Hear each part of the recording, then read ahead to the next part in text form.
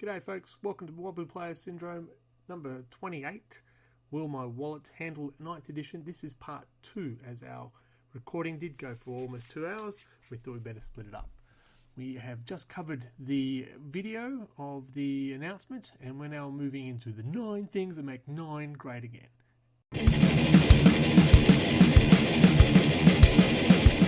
Checking the mind, Kayla. So, during that whole announcement, they also showed the video of what was it? 9 things to know about 9th Ed. Now, this video actually got me more excited about 9th Ed than the actual cinema. And before you go on, I'm going to make a bold statement and say, I haven't seen it. It pissed me off. My God. It pissed me off. Pissed you off. Sorry. Ooh. This video just got me crankier and crankier and crankier. Well, let's see if this one works.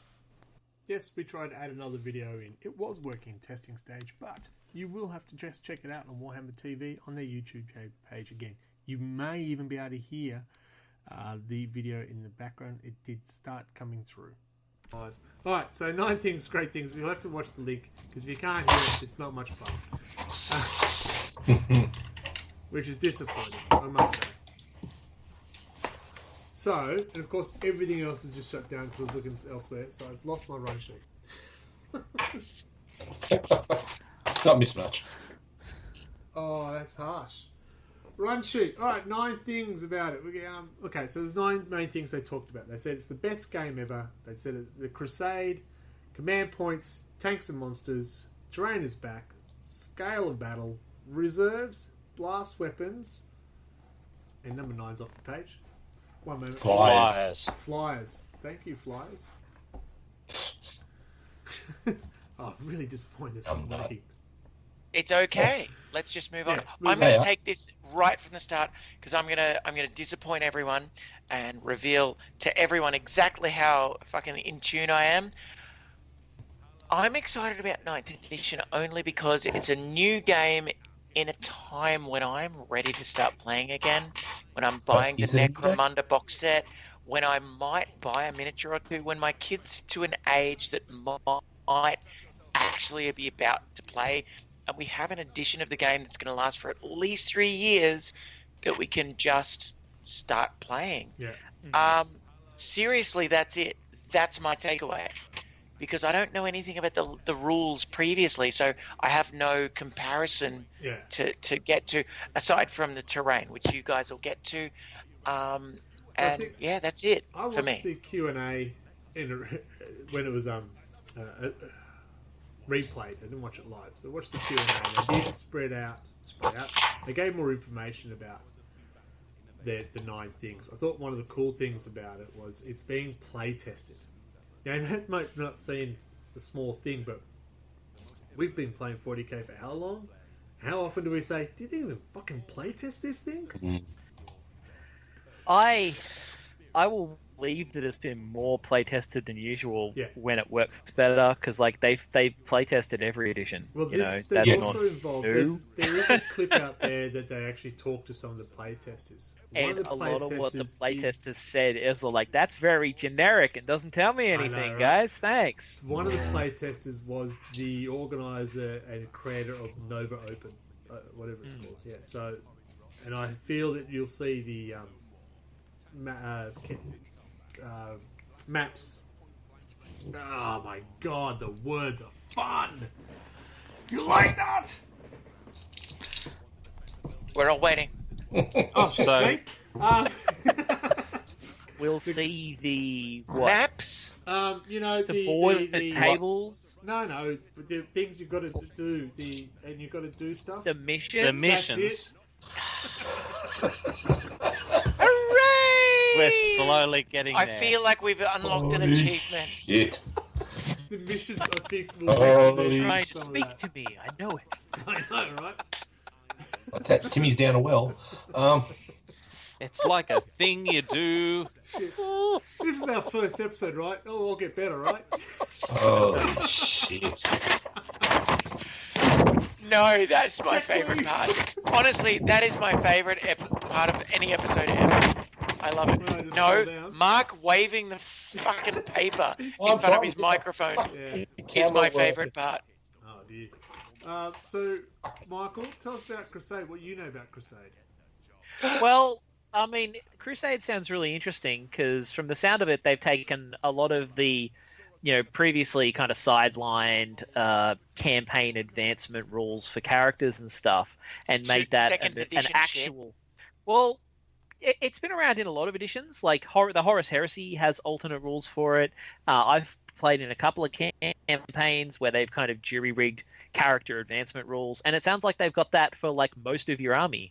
And I like the sound of like pick a certain number of power level of troops and units, and that's what's in your army potentially. And then as you play in this kind of Crusade campaign, you can take units from that. Yeah. So where you can actually, we've tried to do a slow grows or campaigns where you get territories to get more points to help with your mind. This is the first time I actually feel like they're actually doing something like that. So you actually build your army and you're invested in your army. It's not just here's my 2,000 points. Yep, they do stuff. It's a character. I mean, the way they sold it, my scout's now a sergeant. Your sergeant's almost dead, but he's been promoted to Dreadnought. That's exciting. Yeah. My opinion's just meh. It's like it's not a necessary thing that I feel is needed for the game. It's you're talking about a game which is designed around tournaments and being able to play various people at various times. I'm really not going to give one rat's ass if someone walks in that I play against what the history is on their campaign beforehand. If anything, I'd feel, well, have you legitimately campaigned this properly to earn those rewards that you've gotten, or have you just said you've done it? There's no proof. Well, I think, I think with the campaign rules, I think the main point with that is that it's designed to be an RLG type situation where there is documentary evidence of an actual campaign tournament, not necessarily tournament, but it's like it's bringing role playing back into wargaming, where you actually have a genuine campaign that moves through your group of friends. It's absolutely not the shit that was tournament. And I totally get that. I totally do. But if they're marketing that as a selling point of it, to me, they need to provide more info than what they've got now. Because interestingly, they did actually say. In part of their examples where they're talking about it, they were like, "You could show up to play people you don't know with your Crusade army," and it's like it sounds like and that's what really made my head jump. Considering that guy we had, how long ago was it, Grizz? The Corsair army who lasted 3 weeks. Could you imagine what would happen if we let that type of thing that Michael and I are saying? You've got that ability where someone says, I've earned all these skills in these previous campaigns. These guys are freaking yip-yah. And again, I mean, this comes back to the whole don't be a dick thing that, we've covered endlessly on this show. The thing is that what I like about Crusade is that they've given us a framework which we can operate in to add narrative in if you're not game mechanics minded. Yep. So, because before, if we wanted to have a running campaign, we had to create the missions and then we had to create the rewards and stuff like that. And you'd wind up creating these massively broken systems because, let's face it, there's 4 of you, and you can't play test that well. And seriously, well played, Mark. Yep. Yeah. Whereas, the reason I brought it up is because in the bit where they're talking about, yes, you can play this with people you don't know, they mention that the Crusade rules have a balancing factor in that those upgrades make your units more expensive. They affect your stuff. Your opponent gets stuff to counter the fact that you have stuff. So it's not like they just show up and say, my guys are better, because they just are. They might have optimal stuff that you would normally have to roll for, but you will at least get some kind of benefit to make up for the fact that your units aren't as good. Much like in Blood Bowl, like the inducements, that kind of stuff. I'm not being negative about it. I'm being more ambivalent about it. It's just something I do not give one rat's left testicle about. I just see the potential for abuse. I think I'm excited about for a slow grow would be a great way to use Crusade.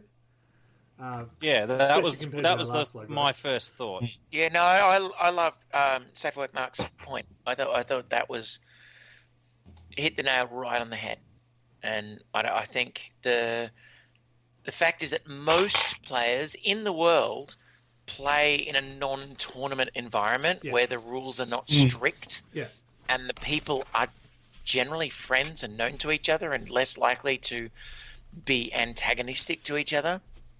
And I think, I think it's great as long as everything's documented and tracked as a campaign.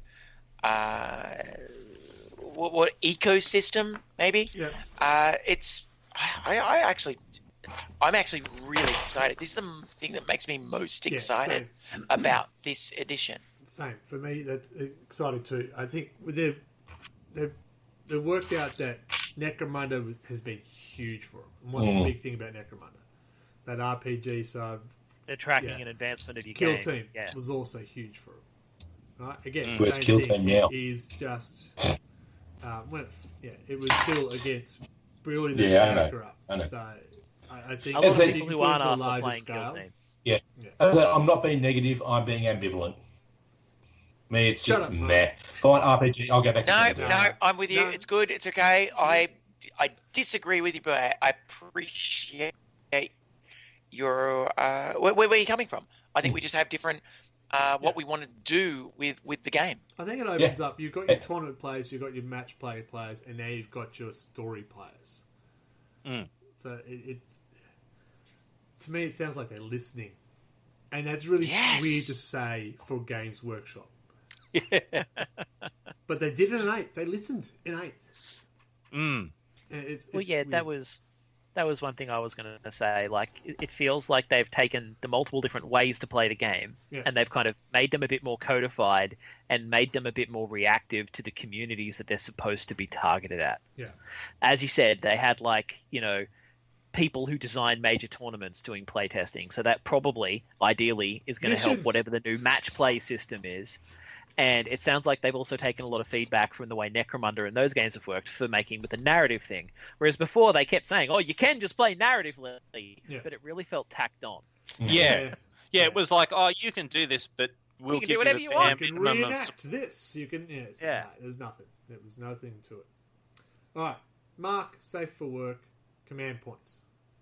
So command points. I mean, it looks like they've actually done a fairly extensive rework on this whole thing. Basically, they've done away with all the CP batteries and stuff like that. So basically, your detachments cost you CP now. Yep. And I mean, your main detachment with your warlord in it gets refunded back to you, and you have to spend more CP to get other detachments. And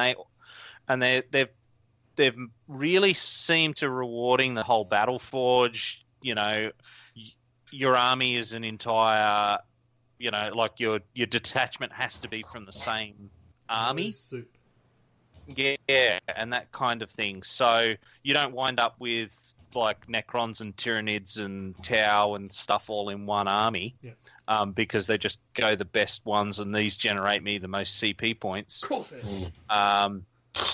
They've also made it so that you get some CP back each turn for further stratagems, and I think that was all right because, I mean, we've all played a game where you've had like 3 CP and you're done by the end of turn 1 or 2, and the other person has a CP battery of like 26 points or whatever and can just do whatever they want.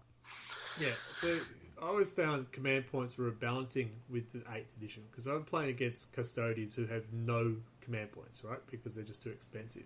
Or I play guard who have all the command points. But for guard to kill custodians, they need all the command points. And I found that balance. But then I saw how they're doing this is, yes, if you go this type of force, you get this many command points. And then you've got to spend it on detachments. Then you've got to spend it on not just your stratagems as well. You also got to spend it on reserves, which we'll get to later. I love it. It becomes that thinking game again. It's not just the generic. Here's my 7 stratagem cards in a row. It's cost me 8 points, but you know what? You no longer have a force on the field. Yep. Yeah. The other thing that I liked was that they've introduced that whole penalty for falling back, so you don't wind up with a unit that. Topic. Well, it is. It's a stratagem.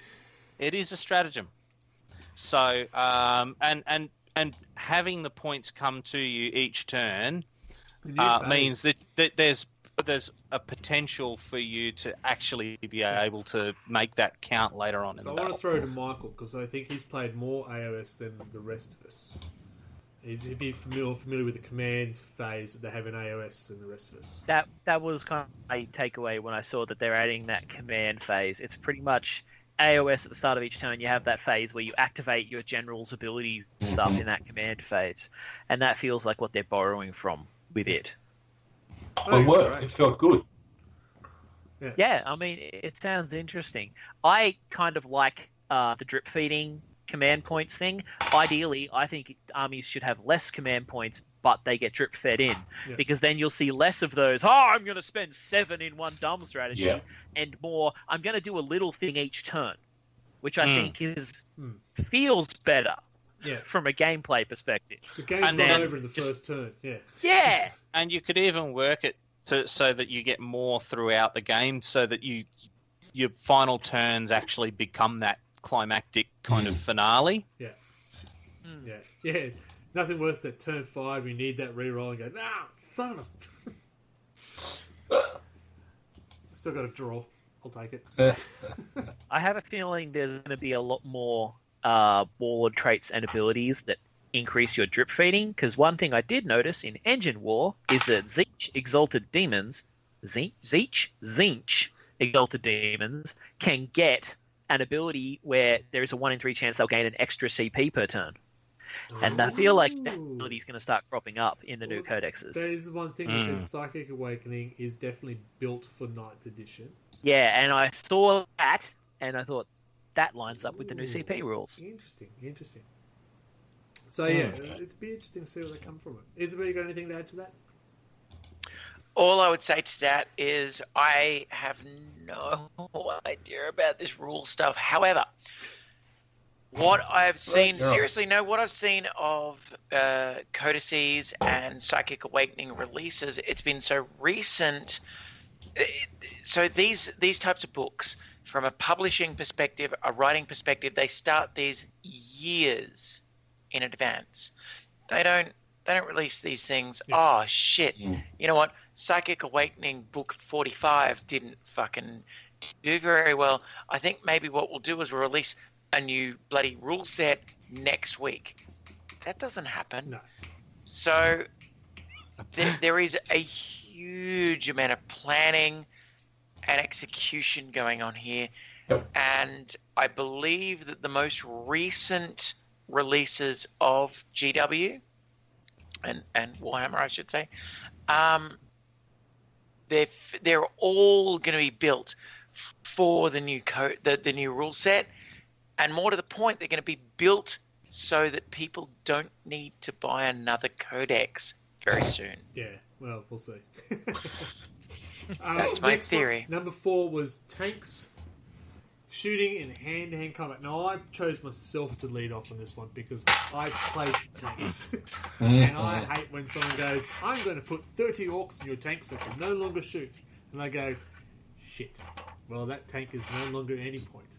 So hearing that they can fire in hand-to-hand makes me go, because I never thought, I always thought it strange if you got like a Scarab Swarm or I was going to say Grots. Yeah, Grots work. Or Termagancy. I'm now touching your tank. You can no longer shoot. Bullshit. I've got a big fucking turret up here. How are you going to stop that? Shove your hair in it. See what happens.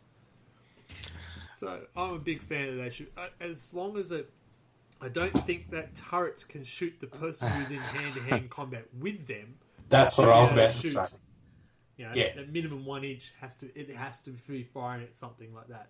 That would be my comment on that. It's just like, it makes no sense that big fucking gun, which is 3.5 meters long, if you put it in a real life perspective, can pivot 180 degrees, 90 degrees, whatever, and be able to shoot the little snotling that's down on the ground. Sure, shoot over their heads and go into the next available set of troops or whatever is available there. But it makes no sense that, I think I remember doing it to one of your games where I bought out a whole stack of warriors and surrounded the tank. Yeah. You couldn't do anything, but I was able to smack the tank to death with warriors. Yeah, you get a snotling base who touches a bane blade or a knight. They can no longer shoot? Mm-hmm. What? I think the worst one I've ever seen was an Emperor Titan, which had a bunch of Terminators with storm shields roll around its toes, and then it couldn't shoot anymore. Yeah. I think if they've got small arms like bolters, pintle-mounted storm bolters, they should be able to shoot in hand-to-hand when they're in combat, but the big cannons and stuff, they should be able to...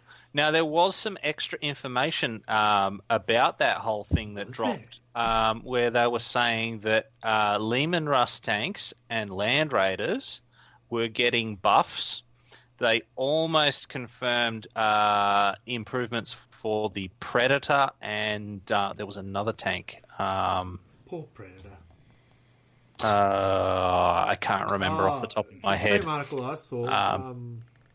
However, so they were looking to try and make some of those high point tanks that have been irrelevant for an edition or more, sort of bring back the potency for the points. I just want to put my hand up. When has a Leman Russ ever become irrelevant? I was about to say, people kept saying those tanks were irrelevant shit, and it wasn't really my experience. Leman Russ ever been irrelevant? Well, I mean, I haven't seen that with a Leman Russ because they've always been a pain in my ass. But it probably was at high-end meta tournaments. But the Land Raider has been suffering for a long like it hasn't been good since it hasn't been vaguely good since 7th. The Redeemer Land Raider today's battle, that's 275 points, and it's got an 12-inch gun. I went, Jesus Christ. It's the most expensive Land Raider, I believe. Yeah, I mean, in 8th, I just never ended up putting it on the table because the Quad Las wasn't worth it. And remember, this also includes monstrous creatures, not just vehicles. Monstrous creatures are also included in this. So you can no longer tie up some god-awful tyrannid warrior who just wants to eat your face by just going, tag. And they can attack stuff on second stories of buildings finally. That's the other one. I'm up the stairs. What are you going to do? I had my very first Tyrannid game against Ultramarines. They hopped up on the second story, and I couldn't charge them or do almost anything to them. And it's like a gigantic monster, and I'm like, just eat them. They're right there. One of the dumbest things I saw with that rule was when Imperial Knights needed to spend a stratagem and spend command points in order to be able to measure their melee distance from higher up the model. It was ridiculous. This is a great rule. Some of the iconic pictures you've seen is a dreadnought crushing some poor orc skull while blasting away at something that's in the distance. You can never do that in the game, but now you might be able to, depending on the skull thickness of the orc. Yeah, so I'm excited to see what happens there. I expect it might be excited. In terms of not being able to shoot the person who's engaging you. I suspect that there might be some exceptions for that, for like Titanic things and monsters and stuff. Like two dreadnoughts wailing at each other might be able to shoot each other. That'd be awesome. Whereas like a Leman Russ probably should be able to shoot the Gretchen that next to it. Everyone who's watching this, can you just show us again how two dreadnoughts fight each other? That was very good. Fight each other like this. Stop it! Stop it! Curse your son! Ranged weapons, kids. Ranged weapons is how they fight each other. And if there aren't ranged weapons, then literally it is like head-butting. Terrain is back, Michael, so you tell me. Oh, Terrain. I have high hopes for them saying they're going to fix Terrain. but they were super keen about the changes they made to terrain in the last edition, and I was like, why are you proud of this? So I'm hoping that this is going to be really good. Like, a lot of it is in there. A lot of the stuff that we wanted them to do, like making terrain work, being able to actually use it, sit in a building and hold it, stuff like that, and being obscured by terrain, that kind of stuff, like having terrain actually block line of sight for things is going to be great. So I'm hoping that it works. Key words for terrain, and obscure is one of the key words for certain terrain. Mm-hmm. Yes. Yeah, I'm really looking forward to that, because as a Tyranids player, the amount of times I've just had Gene Stealers just completely obliterated because they can see through a pinhole in a piece of terrain is just, every game. Yeah, and I don't mind that they can see through that pinhole, but it bugs me that there's no penalty. Oh, well, I can see you and you're not in the terrain, so there's no benefit to the fact that 99% of you is obscured, lol. I can see the back of your foot, therefore I can blow your head off. Of the 40 of you that are there. Yeah. The old rules of when I was behind a forest, well, you can't see me because you can't see more than 2 inches in a forest. You just can't. Yeah. But that tree's opened up. I can see straight through those trunks. If they move out of the way of the bullets. It's like, the rules say fuck you. Yeah. Look, I think terrain rules are one of the idiosyncrasies of wargaming that is extremely difficult to get right, and I think they overcorrected with the last edition, and I'm hoping they bring it back to a more stable middle ground with this edition, because things like 3rd edition and even ever since then, because that was the last edition I played, there were nerfs and there were buffs that just allowed beardy players to do whatever the fuck they wanted. But your average person were just like, oh shit, oh okay, yeah, I lost that unit. It was my commander. And so it's I think it's really important to get terrain rules right, and I think not to go too far either way, and I think hopefully they're going to retreat back from this complete nerfing of terrain that they did previously and bring it back to a space where it's actually a good thing. I'm hoping that they do keep terrain is an armor modifier. I love that. I think that's fucking great. I like that if you shoot someone with a las cannon, it goes through the tree they're hiding behind. Yeah. But like I never liked terrain as an invulnerable save. I thought it was dumb. Tree. You can't go through hardwood trees. I'd also like to see like some kind of hit penalty. Well, I mean, instead for the obscuring and stuff. We used to have hit penalties, and instead we've gotten an armor save. So, but it has the same effect upon the shooting. I think, the biggest one. If you try to hide a tank in 8th edition, good luck. Yeah, it's hard. You just can't. It is ridiculous. All right, scale of battle, Mark S. That's up to you. Oh, well, this is one I've got expert knowledge on, of course, because I can never remember the size of the freaking tables to begin with. 4x6 is a generic one that we've played for many, many years. Yeah, but the thing is, I never remember that. Though I do like the fact that they are trying to limit some of the time that can be spent over the top of it. Why? With the detachments, and they're saying combat's only got 1 detachment on. I can't remember what the other ones are, and that should take you about an hour, and there's up to 2 hours and 3 hours and 4 hours. I think it's good because it actually allows you to try and fit a force within a size of a battle, within the size of a table, so you can try and get more in.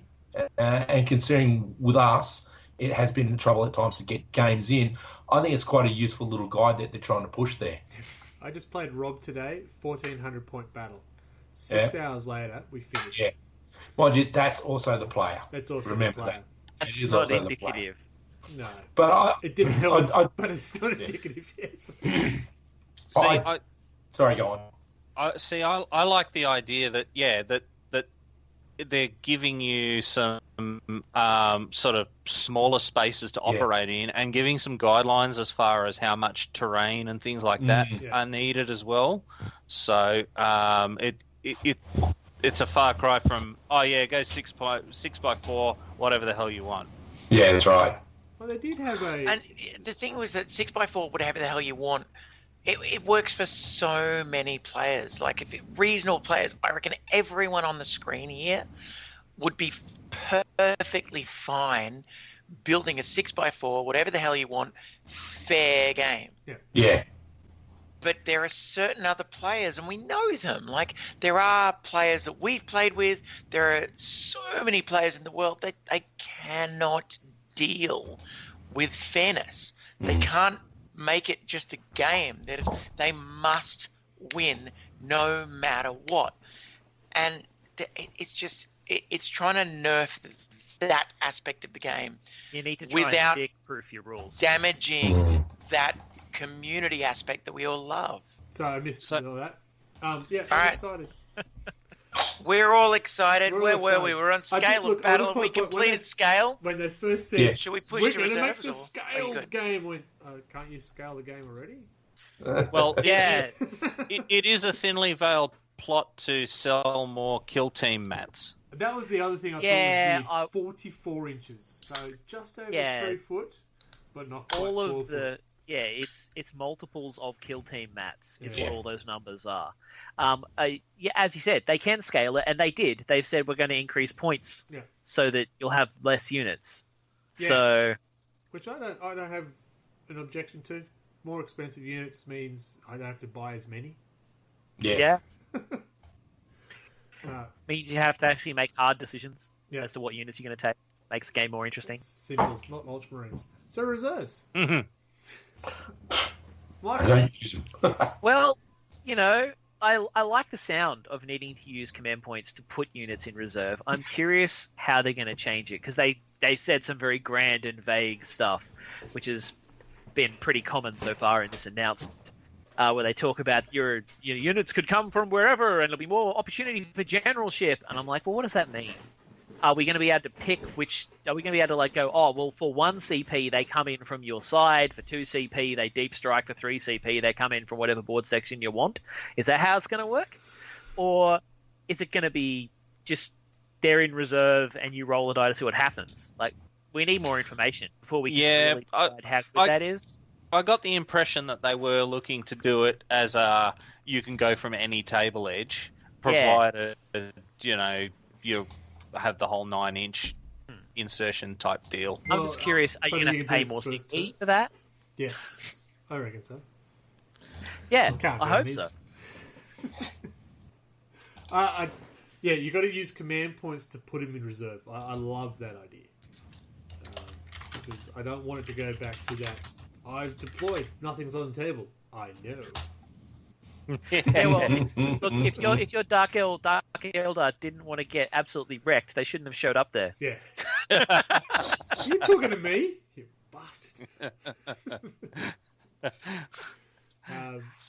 It'd be interesting, but as long as I don't fall into that Alpha Strike side of things.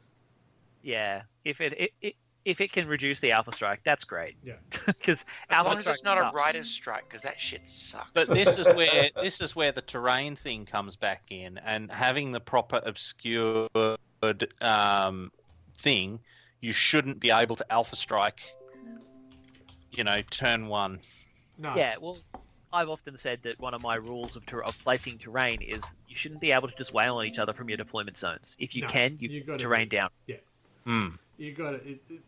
Tactically, you got to actually move and engage. Seriously, what we should do before we set up any armies, before we set up any game, we should actually look at the terrain that's there. Why have we chosen this terrain? Why have we chosen this location? It's not because you can fire at each other from 200 kilometers away, because if you could, you would have fucking done that already. You're fighting over this area because there's a massive amount of impenetrable terrain for your weapons, and you need to fucking fight over it. Are you talking about a narrative game? I'm talking about fucking making good decisions. See, it's not a narrative game. It's just any game. No, I think what they've been saying is the type of terrain you put down will have an effect. So if you're in industrial terrain, will be different to if you're in a forest, which will be different to an ice tundra. And I think that's awesome because what terrain did we put down at the moment? Well, I have an industrial terrain scenery. That's why I put it down. Yeah. So what do you think about blast weapons, Greg? Ooh. So when I got rid of templates, I cried a little, died a little inside. It was very upsetting, to be fair, because I loved my blast weapons. I used to love playing with them as well. It was so good, and people loved it when I played against them with my blast weapons with all my tanks. Yes. I have fond memories of that. Yes. So when you shoot a battle cannon into a unit of 30 orcs and you kill 2, you go, really? That doesn't seem quite right. Frag missiles were the same, so... Yeah. So the fact that guns will now get a keyword blast and will be more effective against larger squats. Yeah, larger squads. I suspect they're going to do something similar to what we already have in this edition, which is some guns will be like, if you're shooting at a unit of 10 or more, you get this many dice. If it's 20 or more, you get this many dice. But that'll probably be attached to the keyword instead of attached to every single vehicle. Because I think they mentioned there's going to be like universal rules, didn't they? Yeah, they did. There's going to be the back of the book is going to be like the rules meant to be. I think we had a 4-page rule book last time. It's almost like bespoke data card rules were a bad idea. So no, I'm excited about it, and I think they need to come back because when you have, if you have a knight raining down fire and kills one Nurgling base, you sort of go, what? Interestingly, in Engine War, I saw a lot of stratagems that are, if you were firing this type of weapon from this type of knight, it gets max hits. Or if you are shooting from Helverins at a unit with at least 6 members in the unit, you get 6 shots. Well, that is interesting. Instead of 2d3. So I saw a lot of stratagems like that. Well, it was interesting because the Demolisher, right, was D3 hits unless it was hitting with a unit of 10 or more, which would make it D6, but then they changed it and just made it D6. So they reversed that. It was weird. Yeah. So, I'm excited to see how it comes about. I look forward to it. Mark K's going to talk those on about the podcast and watching the stream. Those chips were so freaking good, and I feel great. Thanks. Do you want to say something? I need those so bad. I've been on mute the whole time because I've been crunching chips. Fuck, it was awesome. I just realised I got a bit chilly in here. Went, where's the heater? So flyers, they're kind of going back to how they were in 7th. I'm noticing, like they're leaving the table and coming back and things like that. I choose to believe that's a good thing because the flyers were kind of really cramped with the whole like you have to turn 90 degrees and then try not to run off the table and all of that type of stuff. Yeah. And then there was the whole like they can't be over the top of other units and all sorts of stuff like that. So, it seems good, but there's not a whole lot of info on it yet. Did anyone ever play with the Skies of Blood rules, I think they were called, where they added like dogfighting rules and the ability to fly off the table and stuff like that? I think that was in 7th, wasn't it? Was it in 7th? So they added that expansion. Oh, yeah, and the dogfighting. It was like a supplement. Another plane. It feels like they're trying to add that. They're trying to bring that back. Because, in that, you could fly off the table and come back on later. Yeah, but you could also go off the table and fight someone else who was off the table. Yeah, and they keep saying it makes flyers feel more like flyers. And I'm like, sounds like they're trying to bring back some of that stuff that no one used and then it got dropped for 8th. You're right, Mark. The fly that way, fly that way, fly that way, and just do that square. It's like, and I'm interested to see whether they do ban flamers from being able to shoot at them, because I know for a long time that everyone's counter was, acid spray / flamer, because you couldn't miss the flyer. Yeah. Yep. On the other part of the flyers is it no longer obscures the people underneath, like their base. I can't stand here because there's a plane 400 meters above me. Yeah. So I'm interested to see how they're going to do that. Yeah, it's hard to do that properly. Yeah, they're allowed to stand on that base, which would be interesting for all the people who did all Surely fancy they have bases. to. Vertical distance has to be a real thing. Well, if you can Because hit people on second step, if the distance between the plane's cannons and the target are a real thing, the distance between the plane and ground has to be a real thing. I say they need to just issue like a GW mobile to hang off the ceiling, and you just have a string and spin it around. And No, How much do you reckon that would raise for drone GW, will have a Mark? GW drone with laser targeting. No, I like Mark's idea of the mobile. That could easily rake in, what, $80, $90 one of those? but I think if you're going to play easy. that, you also have to have Mission Impossible suspension for yourself to move it. No, you just you've got to have the G-Dub branded string as well. 'Cause Yeah. you can't just have normal twine from Woolies. You've got to have the G-Dub stuff. Yeah. Well, yeah, And but people will until 3D they print it. Yeah. I until think they Mark and I are release going to that, claim patent pending on that. until they release that, you just go down to Fishwick and buy yourself a suspension harness, and then you can just put all your models hanging from that. Just put D rings on top of all your flyers. You're good. You never know. Some of our players probably have those set up as it is. Yeah, I've got all it the off Never camera, Talbots. Oh, yes. So it'll be interesting to see what they do. Other things we have learnt over the time that since it's been relaunched. Modifiers would be no more than plus or -1. Do not like. See, this sounds like flagrant bullshit. There's no way that's actually true.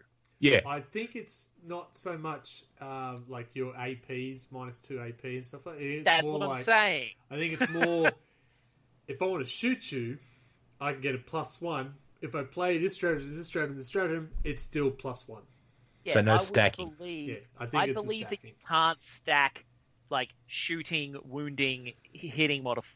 Yeah. I don't believe that they're going to flatten all the armor penetrations. No, they won't. Like, you can see that. It feels like it's more armor about you can't penetration. stack things rather than there's no more than +1 or -1. I agree. It's a badly worded thing that they haven't explained. Yeah. GW the does stacking explain. used to shit me. Oh, well, that's where that people playing those 7 stratagem cards in the first turn to get. You will die if I touch my dice. I don't even have to Yes. roll it. The infamous 2+ rerollable invulnerable save, you know. Oh, you mean the standard Smurf thing? Yeah, gotcha. Well, that one was usually Zinch demons. The morale phase will change. I don't know anything about this one. What's that? Missed that bit. They haven't You very go on, well. Michael. I was going to say, they haven't explained it very well. No, all Like, they've said is yeah. it's going to be. It won't be just a simple roll the dice, you lose people. It will be a tiered. There'll be different effects of morale. So the more you fuck up, the worse it'll be. Well, I'm thinking more that shock. You know, like with Necron, you get shocked, and when you fail a morale test, and so you can't do as much as that, or shell shocked. Wasn't another one that? What game was that? Was that 4th or something? Where you got shot and you basically took to the ground. That was pinned. Pinned. In That's like the word. Yeah. So 6th and that. maybe they might bring back pinned. Who knows? I don't think they're Israel going to just got change pinned. it that much because, as they've said, the Psychic Awakening books were written for the new edition, and Slanesh has a demon ability, which is your greater demon. It gets 1 wound back for each model boned. that falls back Oh, no. due to morale. I just got boned. So currently, your greater demon gets 1 wound per model that runs away from morale. So we don't know. And like that's kind of the wording. So that's still going to have to be on the table somewhere. Well, look at, And if they nerf it too hard, that ability is going to suck. the Slanesh Daemonettes, their morale, if they fail the morale, or get a roll of 1, they come back. They just regenerate stuff. So if we can use our old books, they have to have that in there. Well, that's somewhere. what I'm saying. The old book suggests, and it's the most recent book. So this has got to have been written for the new rules. So models fleeing, dying is still probably going to be a thing, because otherwise, why put that rule in the book? Maybe they'll actually bring back the old flee rule. Remember when you didn't just lose people, you actually had to run away? And they would run off the table or into terrible places. Yeah, but that was good because they had a chance to recoup or get absolutely stabbed to death while they turned their back. I actually like that better than what we've got at the moment. I'm not a fan of our current morale system. No. Yeah, the worst thing that I have about the current morale system is just the fact that I keep even forgetting to do it. Yep. Because there's so many modifiers and stuff where you just don't suffer morale that you do it so infrequently that you don't even remember it's a phase. Yeah. Or if you're a Marine player and you have like 5-man squads and your morale's like 8 or 9, it's like, I'll use the whole fucking squad before I can fail. Yeah. Before you said that, all I could hear from Mark was just arrogance, but Ultramarine, so I wasn't sure what was. Morale! We don't even bother with no morale. stinking morale. They shall know no fear. So that's honestly, to me, as a non-player at the moment, that sounded like, everybody has to face this ridiculous morale thing. I mean, no one else has to take this test, Why would you even bother? And really, it's only Marines? I didn't even know. I didn't know. No. Tyranids when they're in Synapse, don't have it. Necrons don't suffer from morale. Yeah, we do. We do now. You do now, do you? Yeah. Okay. We get fucked over more now than anyone else. Oh, everyone suffers from morale except units that are explicitly immune to it, like Tyranids. It's mostly just Tyranids who are immune. But Marines don't suffer it much because their unit size is so low, and your morale check is based on how many models you lost compared to your leadership. So drunk. Yes.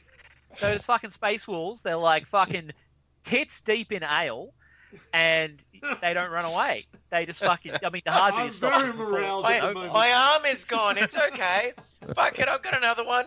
I can fire a bolter and swing a chainsword. Fuck you. I'll bite your legs off. Yeah. I lost my arm, but by the grace of the Emperor, I was born with a second one. Let's go. There will be more units put into legendary status, but not in a big hit. I'd want to know more about it. Oh, I think that's as soon as not I going to saw make anyone happy. some of the new Marines and stuff, like, Devastators are gone. Assault Marines are gone. Yeah. A big hit is a relative term. Nice blue screen. I love it. I had to do it. I'm sorry. Yeah.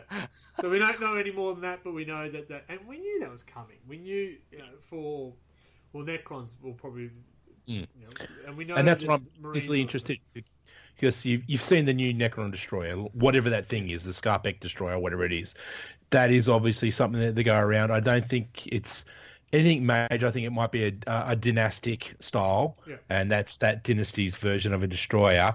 But once they do that and they become back with the Silent King or whatever, will they then go, all right, the rest of them can all now just piss off and we don't need to see them anymore?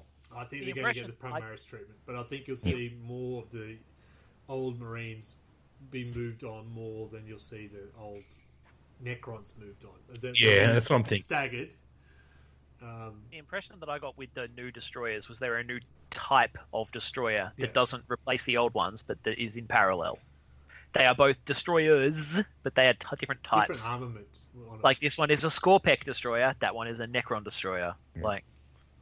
So Scorpec means Primaris. Yeah. Necron 2.0. We got upgraded. Yeah. They are my Necron 2.0. I've had a good run with them. I can't argue too much, really. Yeah. So it'll be interesting to see what does do. Moving on. Does do.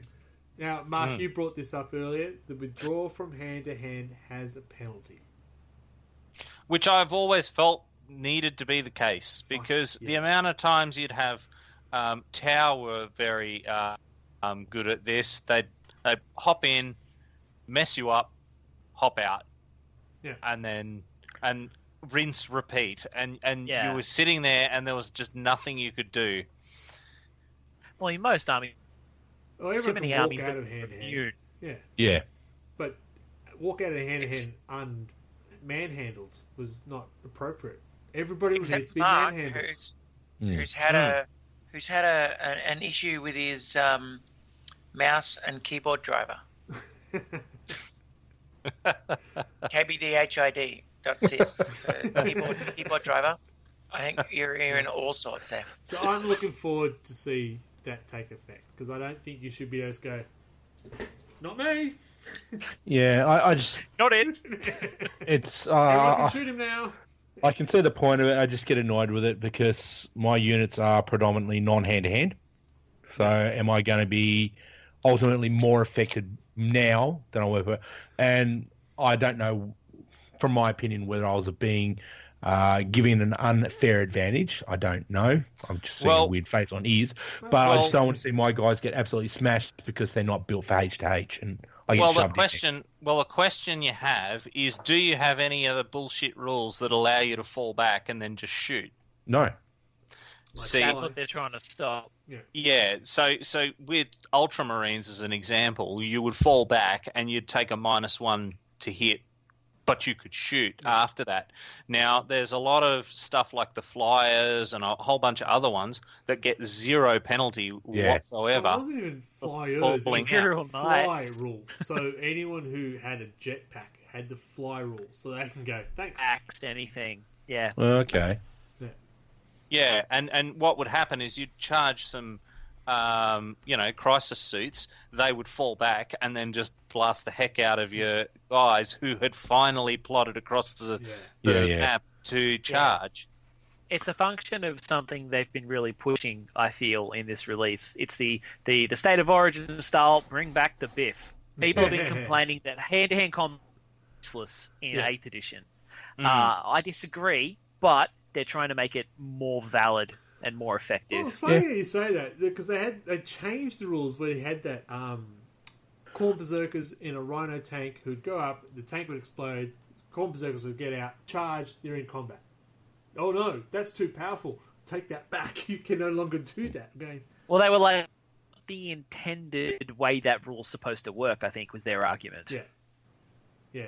It's just funny because that's how you load it up. You just put your Corn Berserkers in, and you want waiting for the Rhino to explode.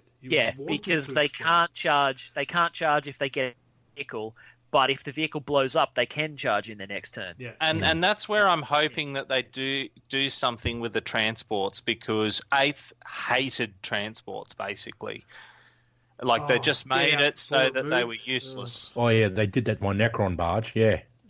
I mean, I didn't have that much of a problem with transports in 8th, but everyone else hates it. Like it killed the Rhino and the Razorback and a whole bunch of other units, which I used very heavily in 7th because I could move and then get my guys out and then do it. They could get out and shoot. They didn't move further, but they could get out and shoot. But now they have to get out before the transport moves. I mean, hang on, but. I did notice that my guard lost their party boss. Yeah. Right, because that was the standard. Sorry, go on. I was saying that was the standard thing you did with Imperial Guardsmen. You just put them all in the Chimera, and they all just fired out of the Chimera. Oh, yeah. You just use the Chimera boss. Well, that's what I did with the Rhino. Okay. Yeah. Grav cannon. Overwatch will change. Theories? Isabel? What was wrong with it? I think what you'll see is that everyone in a unit can shoot in Overwatch, because it was always stupid that if you were at 9 inches and your flamer was like an 8-inch range, that they were like, oh, I'm charging you, but I'm a little bit further away. So they go, oh, well, I can't reach him, so I'm not going to flame him at all. I actually liked that because it gave you an incentive to go for a longer charge. Charging from 9 inches away is harder than charging from 7 inches away, but you won't get flamed. But the problem with that was I had to be I was 9 inches away, but I only have to roll an 8 to get into combat. Yet my flamer that's 8 inches can't shoot you at 9 inches. Well, that's because 8 is still less than average. But as I said, it's not like the flamethrower guy is going to be like, "Oh, they're too far." No, yeah, but just don't, it was it was a there's reaction nothing. against the 7th edition flame, unlimited fucking range, which was ridiculous. No, I agree with Mark on this one. If I'm a flamer, I'm not going to stand there and go, he's a little bit too far. I'll just wait for him to punch me in the face. Yeah, but I'd let him come an inch closer. In 8th edition, like it was particularly bad with the Tau. In 7th edition, it was particularly the Tau because they could all overwatch you. So terrible. you could get flamed by the guy 36 inches away when you charged, and that was ridiculous. Yeah, that was ridiculous. And I'll completely pay that. Like there needs to be a middle ground that the guy 36 inches away can't flame. I think the middle ground is if Ultramarines are charging, everyone in the army can shoot. As a Dark Angel, I can support that. +3 to hit. Now, Red, Greg, you asked for my opinion on this. I did. My opinion on this that I don't play the game. I know. I've got no idea. I just wanted to hear your voice. I have chips, and they are good. Missions will be varied and flavoursome. Yeah, I kind of believe that. They seem to be catering the new missions for the different size play fields and stuff too. So we could see some interesting stuff there, but no info yet. I think it'd be good. I mean, they've released one, and it seems to have a bit more story behind it. I think it's with that the organisers of Nova the play test, because they have some pretty serious mission things. Not serious, but not the basic. You stand here, and shoot each other. Have fun. So, any other comments? No? Good. I like this one. Secondary missions can be selected to better suit your force. Yeah, I like the idea of this because it means you're less likely to get hosed by a bad mission. And how many times have you rolled up to a mission and been like, oh, my army's fucked. I can't win this. Yeah. Yeah. Yeah. Well, that and there's usually, like with Tyranids, some of them don't make sense because you're like, why would Tyranids care about any of this? Yeah. It's like, I've had it happen back when I used to play tourneys. I showed up with an army that had, I was playing guard, I think, car park guard, and I had, something like 26 kill points in my army. Yeah. And my opponent had 9. And I'm like, so, how am I going to win a kill points mission, guys? Yeah. Can't. Good luck with that. Yeah. No, well, some of the examples I showed, if you're a Khorne Berserkers, you're not going to go for how many kills can you get in shooting range? Yeah. I don't know. How far can I throw my fucking axe? So, yeah, I like the ability to be like, well, I'm going to add a secondary mission my army can actually do or actually cares. Your army coming into the character of your army coming into play. Yeah. And even beyond the character of your army, you're not getting screwed by the primary mission. Badly. You get it bad. All right. Death Watch to get some love and early on. Now, if anyone watched the Q&A, that's where this reference has come from. So, what are we saying that they're going to get a codex first? The commentary, there was a question made at the Q&A said, "Are Death Watch going to get any love?" And all of them went, "Yes, they will, and sooner than you reckon." Okay. So sometime for 2025. Yeah, exactly. Actually, so when COVID's over and COVID 2 has passed and Star Wars 186 has come out. Funny then enough, I Death need you to Watch. debate because I'm going to be back momentarily. He's got through me. Oh my God. The leader has left quick. Riot! Broke. Right. You've broken him. Just break everything. So, Trying to get the video working where were we at? We were lost at that Death Watch Death Watch and first. shit. Death Watch. Yeah, ad break, Yeah. whatever. Death Watch How's becomes- everyone? How is everyone feeling with the new edition? How's everyone feeling with their soul? Has your soul been ripped out with this new edition? I don't More know if Warhead. I'd say that. Mark K. I don't know if I'd say my soul has been ripped out by the new edition. I'm hopeful, I guess. And I guess I'd go with cautiously optimistic to invoke a tired cliche. But there's hope. I like it. Michael. I was literally about to make a joke that I feel like on the topic of new edition, I should just get cautiously optimistic tattooed down my arm. Because it feels like it's the answer I give every time a new edition comes out. I'm like, hey, it could be good. We don't know. I love it. I love it. I love it. I love your response. And Mark S. I don't know. I honestly don't know. Came in late to all the editions than everyone else did, so I came in on 7th. I saw 7th as something I liked. I saw 8th as something I disliked. Cautiously optimistic as well, I guess.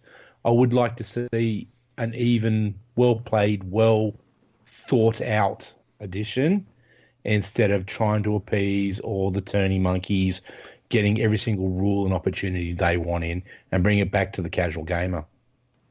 I love it. That is all really good statements. For me, as a person who hasn't played since 3rd Ed, and I know my opinion is fucking pretty minimal here, but I am optimistic in that this is the first edition I've really felt engaged with and really felt like I could perhaps dip my toe back in. Well, let's snatch that moment there. What is making you do that? All right. Really... And I'm telling you, 100% of what's pulling me back in is the Crusade rules. Oh, that was me. It's 100%. Seriously, it's the Crusade rule. No, fuck you, Chris. There's no rules for that in 9th edition. Give him a chance. Look, you ate my hot sauce and you loved it. And we had such a good weekend. However, sorry. But yeah, like my 9-year-old is super hyped to hear that 9th edition is coming out because he's like, that gives me a great excuse to start playing because it's 9th edition. I know.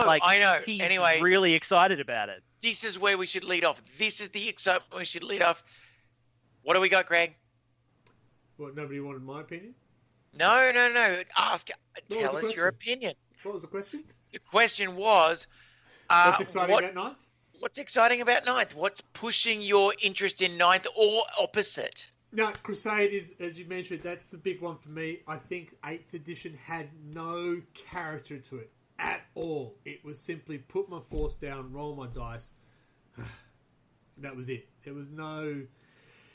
I mean, today's game was awesome. It was exciting, but it was still, oh yeah, you point that gun that way, I'll point that gun way, I'll put my hammer through your head. How's that? Okay, good. But I never got engaged with my salamanders. I didn't really get engaged with my guard. And I'm like, do I want to win today? Yes, I'll take my guard. It's not because I wanted to play Catachan. It's because I know how to play them and I know how to play them well. Death Guard, which for considering I didn't like Chaos and I didn't want to go Nurgle, I love my Death Guard. They're fun.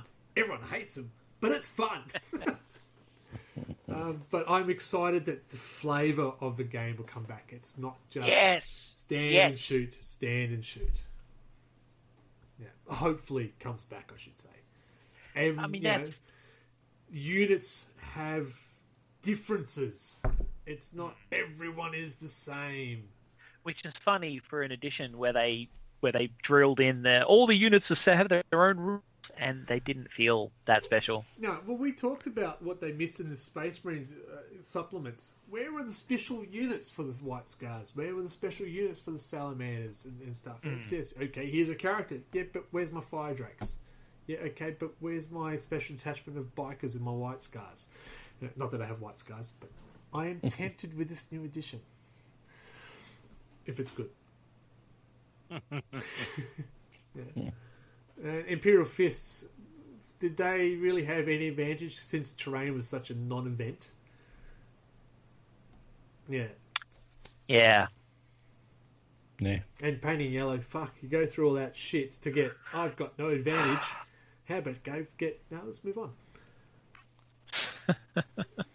Now, We just smashed through monsters, terrain, Yep. and So we've gone scale through battle, blah, blah, blah, blah, blah, flies. Now, we've got an ad break, or where are we at? Where are we at time-wise, We're going to do a kids? quick ad break for 30 seconds because I think we need a breather. I've already taken my breather and it was good. Could have just used a can and no one would Oh have my noticed. god.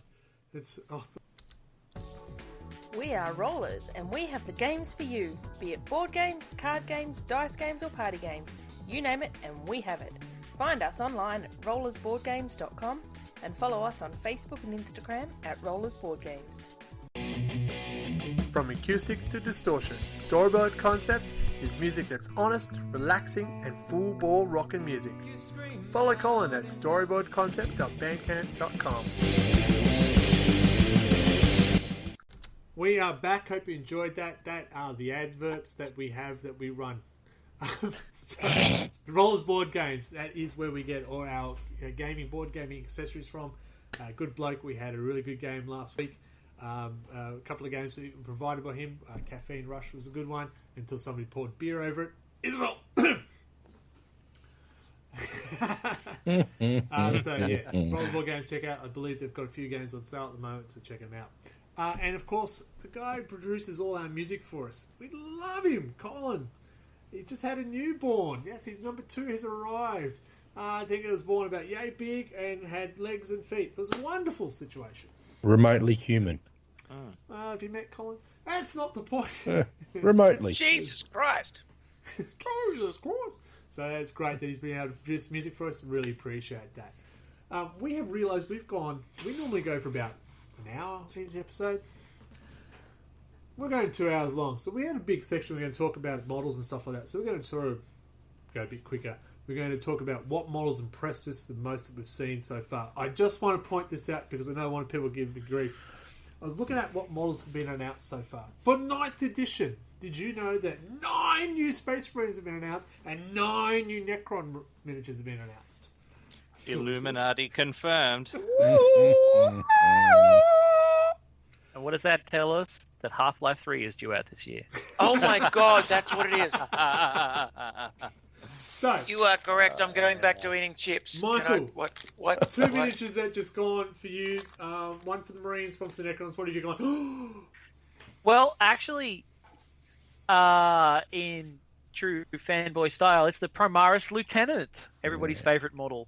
I really like the way the new Primaris they've announced for this have that old school Marine 40k vibe. Like they've got a bit more. He's got more paraphernalia on him. He's got like the shield. He's got more purity seals. He's got robes on him. He's got a fucking 30k Volkite.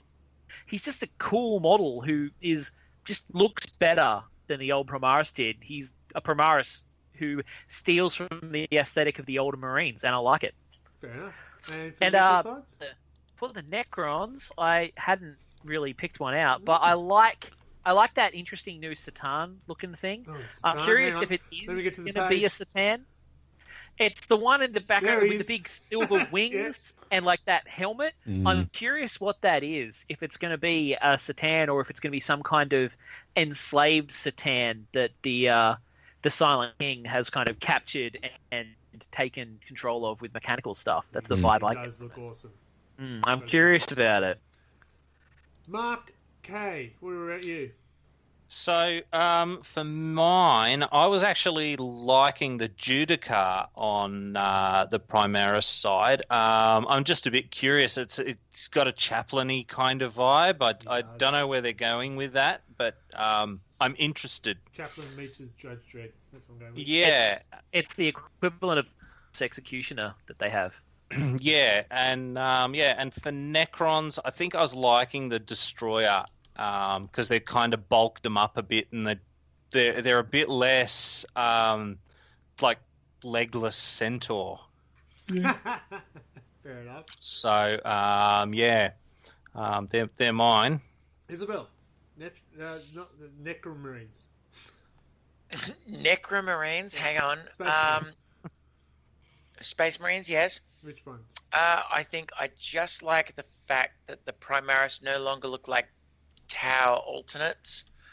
For me, the Primaris traditionally, from when they started, they were always a little bit clean, so clean. And as everyone said so far, they're getting a little bit more, artificia, sort of armor, weapons, this sort of thing. And no, I'm very fond of the fact that we're getting Primaris to a place where we're not thinking, whoa, shit, are you like a Tau faction? What's going on? And for the Necrons? I think I like the enormous blades and shit. The enormous blades. Only because, like, Necrons were always, like, very large guns, hunched over motherfuckers, all this shit. Now that what they've done, they've, an extra spine, a bit more hunched over, but now they've given these enormous, ridiculous blades, which is pure 40k. I love it. Not for safe. Marines. Not that I give one rat's ass about the Smurfs in blue. Speaking for my daughter who actually plays them. The bikes, I think they looked funky, and I'm always happy to have the bike type of stuff in there. Yes. For my crons, for me, it's the Silent King. I have been interested in the Silent King right from the start, and it's interesting now to see that they're finally going to bring him back. And if you have a look at the model, you see on the back of his little Kaban barge or whatever it is, the half corpse of a Satan Shard there. I'm assuming. I think it looks really cool, and I'm absolutely bound to fuck that up so severely when I paint it. For me, I love what are they called? The veterans. No, not the veterans. The guy. The Blade Guard. No, it's. Oh yeah, the veteran guards. Far out. I'm trying to fast forward to the picture. Blade Guard, guys with swords and Blade shields. Guards and the shields. I love that. For me, I just love the idea of just charging through with the shield, going, you're gonna get fucked. I'll give you some of my Age of Sigmar Stormcast when you save you some money. Look, that is just pure mod. I'm pointing over here because I can see a picture of him. You can't. For the Necrons, I know it's going to upset you, Mark, but I love the new look of the Warriors. I hate them. I think it just gives that Absolutely character to hate that half dead. I agree with you, Greg. Scarabs coming out of their guts, the intestines, which is actually wiring hanging down. I love it. I think it's fantastic. I know you hate it, so I want to bring it up. I don't like it at all, but I just want to bring it up. No, I do actually like it. It just looks fantastic. Because my oldest plays Necrons, and putting those miniatures together, oh my god, so fucking fiddling boring. That's the idea. They're robots. They come out of a machine. But they're dead robots, so they can't be fully functional. They come out. They come out of a machine. Thriller. No, that's not right. Yeah, I get the impression the new ones are really old ones. They haven't been freshly built. Yeah, my impression is they are the Silent King's forces. Yeah. Yeah. I really like them. I would suggest that the new Necrons, they've missed all of the upgrades in the preceding That's section. it. That's what I like. They're not quite fully functional. An iPhone 1 versus an iPhone 30,000. Yeah. So that's there you go. There's a rundown of the miniatures. There have been a lot. I said 9 of each force have been announced, or confirmed. Pictures of, blurry or whatever. There are 9, at least 9 of each. Convenience, right? So we did mention at the start of the episode we were going to give our predictions of what the first 5 codexes we think we're going, and we should probably rephrase that. What are the first 4 after Space Marines will be released? Because we know Space Marines will be the first, right? Yeah. My first. Oh, I am first on. Oh. They just came out. Because they had a codex already. I believe the Marines will be the first one to come out with a new codex. One surprise. I think Necrons will be second. I think the Guard will be third. I actually think the Death Watch will be 4 and the Eldar will be 5. So no sisters. Isabel. Sisters first.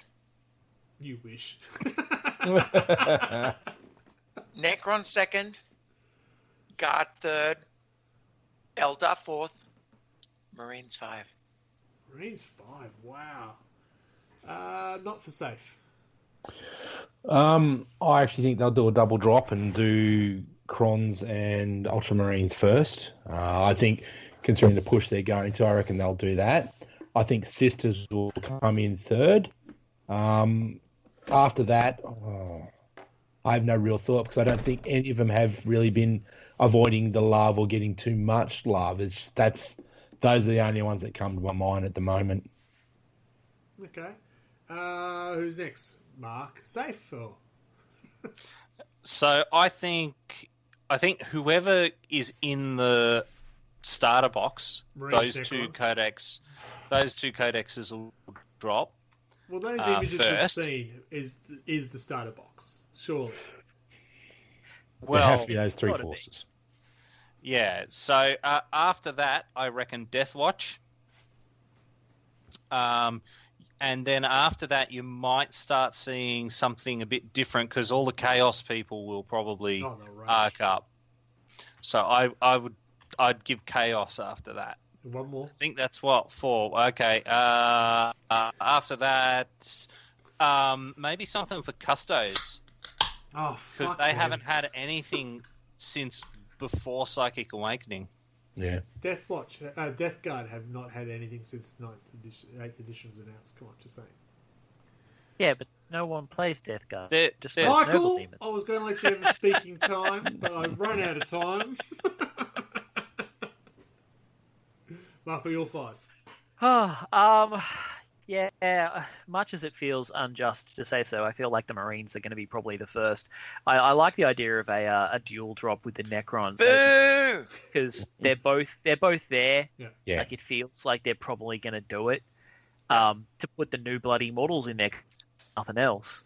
I would like Guard to show up alongside the Sisters. Don't know what order they're going to be in, but I'd like to see the Guard redone. I feel like when they talk about models going into the Legends, Guard are always where it comes to mind.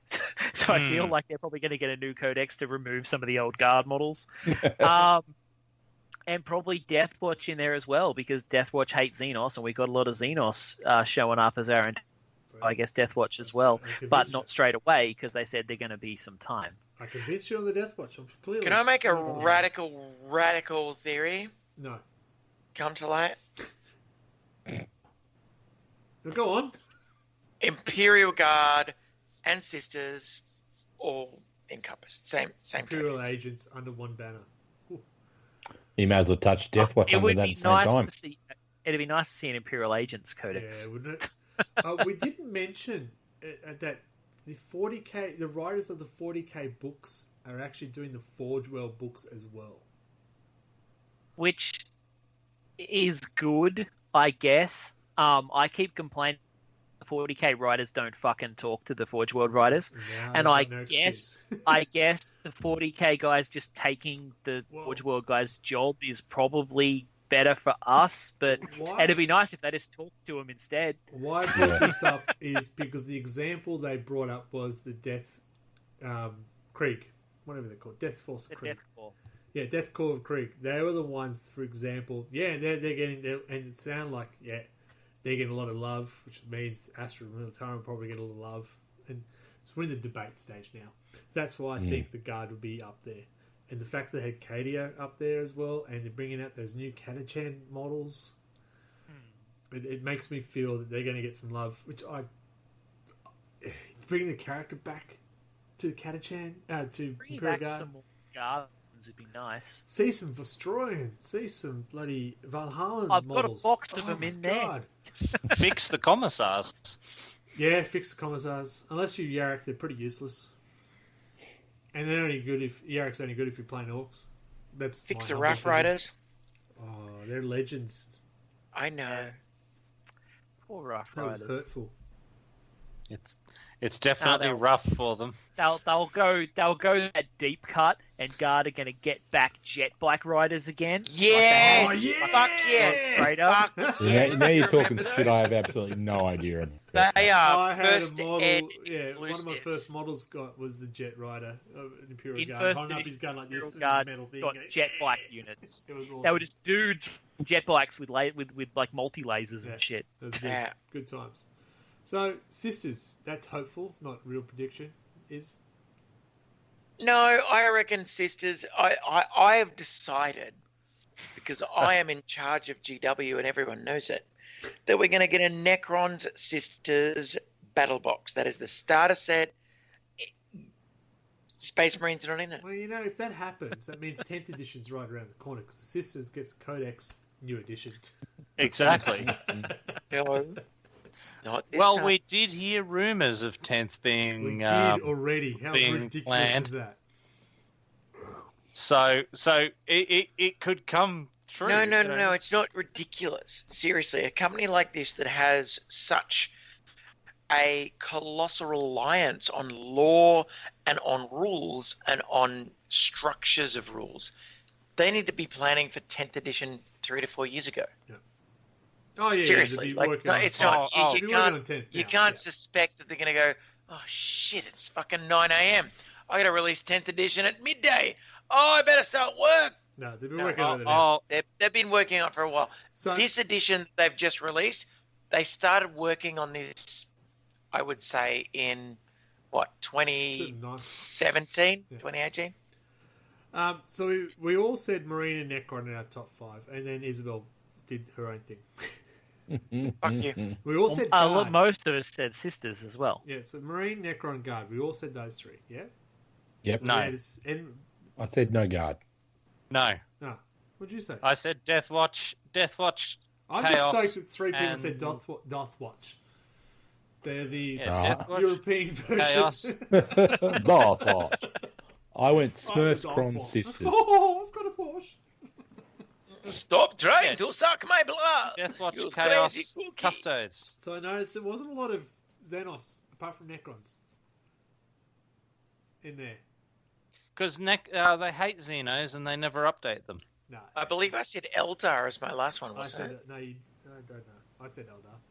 And there was such a big focus on Eldar and Dark Eldar and Harlequins for a while through this whole Psychic Awakening. That was what I was thinking. It was going to be early. Well, yeah.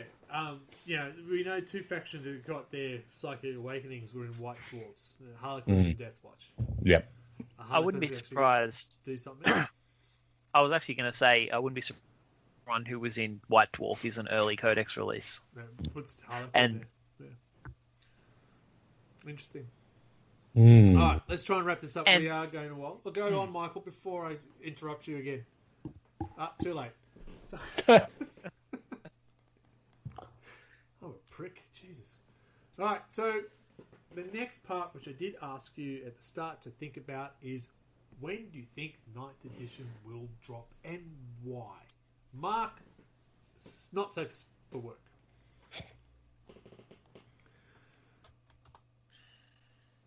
Go on. Yeah, it's you. When do you think 9th edition will actually drop?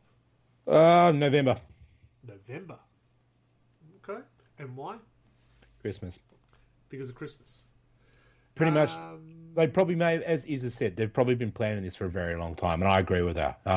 Having done playtesting for D&D, particularly with 3rd edition, 3.5 and 4th, they were done a very long time in advance, and they let the leaks go out. So they would be very well aware that this is an expensive hobby. They know it. They don't give a shit about how much they bankrupt us.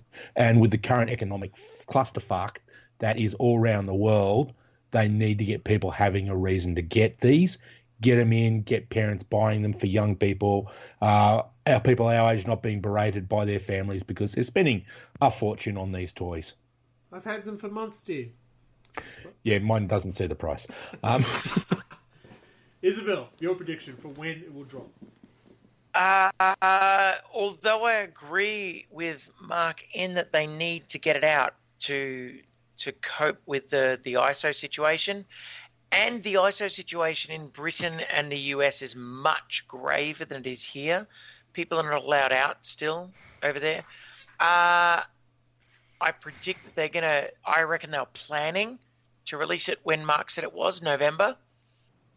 But they know that people need to be indoors.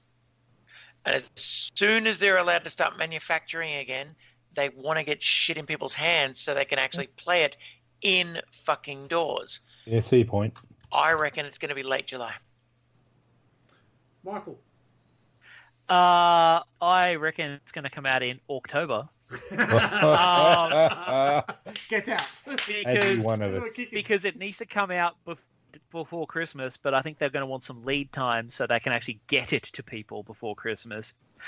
And I also think that they're probably going to try and rush because of the situation. So it's actually a bit between the two, which I didn't intend to do, but that was actually where I was going. Thank you, Fence Sitter. He's doing a great job of it. It will be out sometime. Next year, this year, maybe. Me, I get to go before you, Mark. Ha ha ha ha. Mm-hmm. I think their original plan was probably later this year, absolutely. But because of COVID, self-isolation, shutdown and stuff, and they need to get money coming in, it will be July. Because if they've announced it now, it will have people not buying stuff to until they get the new codexes, new rules. Yeah, I need to buy some Marines. Hang on, I don't know if these Marines will be worth anything anymore in the new codex. I won't buy them. I'll wait for the new codex. So they've got to drop it sooner than later now. But they've been really pushing about that. Like they've been explicitly attacking because I think that. the original plan was to drop it late this year over the Christmas period, but because of the global situation and no money coming in, they're pushing it earlier and it will drop earlier because of that. So late July is my prediction. It's not what they wanted it to do, but they've had to do something. Mark, your turn. I'm actually with not safe for work, Mark. November, I reckon they're going to aim for Christmas because the restrictions will be easing at that point, and Christmas is when everybody buys their stuff, basically. Yeah. I couldn't see like June, July because, again, they're all still in lockdown and you can't go play anywhere. And also, you got a lot of countries not accepting stuff coming in from Europe. Yeah, that's why I reckon they've got to consider all of the Brexit bullshit that the government's put on them. Good point. True, it's hard to produce stuff. Put yourself in the foot that hard. There you go. That's predictions. I think they're all wrong and I'm right, but that's always the case in every podcast. Because you're an idiot. Who said that? She calls it as she sees it. Speaks only truths. So we got we got December. We're looking for the Christmas release. And we got two saying probably earlier than as soon as planned. possible. And we got the Fence Sitter. It will come out when it comes out. No, when it's ready. It'll come out. It's going to come out when they can because they want it fast, but they can't do it too fast because they can't make it that quickly. Well, I don't think they won't wait till Christmas because they want it done as soon as possible. Yeah, I don't think they'll want it fast. I think that's my opinion. November, but it's got to come out quicker because but I don't think they'll be able people haven't been able to buy anything. Yeah. And if they've announced it, nobody's going to buy anything again. As a Necron player, are you going to go out and buy more Tyranid Warriors and stuff? I've bought absolutely nothing from Necron-wise. I've bought AdMech stuff. Yeah. As a Marine player, are you going to go out and buy old-style Marines? Hell no. Yeah, but people weren't doing that anyway. I did. Yeah. So I'll be looking on the second-hand markets, but that's about it at the moment. Well, can I make a strong, radical prediction? Go right ahead. Go for it. That historically GW has shied away from electronic copies of their rules, but apparently 9th Ed is the first one where they're going to release an app for rules and codices. Yeah, we didn't even mention the app. And what about that? This is going to be a really fucking big focus for them because of COVID. Because no one wants to go and buy a physical book. So the PDFs, or they won't be PDFs, but the app and the purchase thereof will be a massive focus. Did you think we didn't mention the app because they promised that to us about 18 months ago? Oh, long time because now. they seriously, they promised it to us in 4th ed. Well, and I'm not kidding. One of the things they said at the start of 8th, didn't they, was they were going to try and do an app, because 8th was kind of AOS in 40k, and one of the biggest things they pushed in AOS was, we have an app that has all of the unit data cards. And it's really they good. Never made that for 40k. Yeah. And now they're saying they're going to. Like, that was one of the things they said they were going to do. They were going to have an app like AOS. That's the big for 9th. pitch, is to make it uniform, so where if I had to play a game here in my hometown, it will be the same. But then if I go play over in the US, it will be the same, because everyone's using the same app. It's uniform across the board. The app gets updated, whereas a physical codex doesn't. Yeah. Is kind of where you end up. That's why I never thought I would never buy the codexes now on the electronic ones. I would say it's great, but if you bring in an update, you're not updating my codex I bought. Yeah. If you bring in updates, you should be updating my codex. Not I have to get another codex or another codex. Correct. Which is what we want. That's all we want. Live rulebooks. Pretty simple. Would be good. Yeah, it's not that hard in this day and age, is it? No, it's not. See? Yeah. So that's it. We've been talking for a shit long time. I have drunk more beer than I probably should have because I'm speaking with the bestest language. Bestest. Yep. We can no longer see Isabella's bottle of wine because I believe that is now empty, rolling across down the hallway. And with the empty packet of chips. With the chips. Brilliant. So there's a definite sign we need to get out of here. I hope you enjoyed it. I hope it wasn't just us talking about stuff we want to talk about. Well, it's about normal. 27 episodes. And I do hope you enjoyed. A quick conclusion from Mark. Not safe for work. Are we excited about 9th? Are we excited from the other Mark? Yes, I am. Excited from Michael? Yeah, I'm cautiously optimistic. Are we excited, Isabel? The door is open. Well, sorry. I'll just zoom. No. Door, motherfucker. Door. I closed it. I'm very interested to see how it is, and my kids will be interested too, so it's going to be great. So, unless anyone else has anything to say, I will start doing our show. I'll do our traditional sign-off. Time to go. Okay, so you can catch us on our social links, please.